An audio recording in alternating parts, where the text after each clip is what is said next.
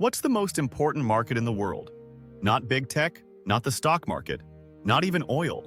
It's the U.S. Treasury market. Every single day, up to $750 billion in treasuries change hands. That's more than the entire U.S. stock market. This isn't just a bond market, it's the financial backbone of the world. And today, that foundation is facing serious pressure. In this video, we'll explain why U.S. Treasuries matter more than ever, and what it means when the world's safest market starts sending warning signals. At their core, U.S. Treasuries are simple. You lend money to the U.S. government. They promise to pay you back with interest. But in practice, Treasuries are far more powerful. They are used as safe assets in portfolios, collateral for financial contracts, pricing benchmarks, and global reserves.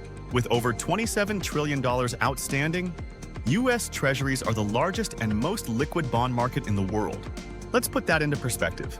The U.S. stock market trades about $250 billion a day. U.S. corporate bonds trade around $50 billion. U.S. Treasuries trade between $600 and $750 billion every single day. They trade faster than tech stocks, and they influence everything from real estate to risk premiums. That's why they're often called the world's reference asset.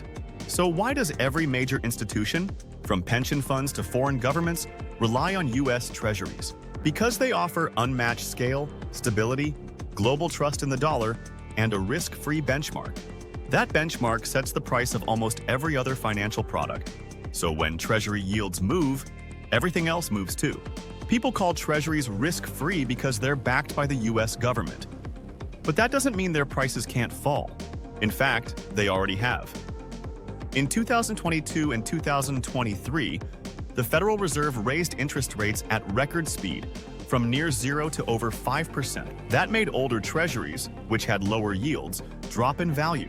Some long-term bonds lost more than 30%, and that created serious consequences. Silicon Valley Bank held billions in long-dated treasuries.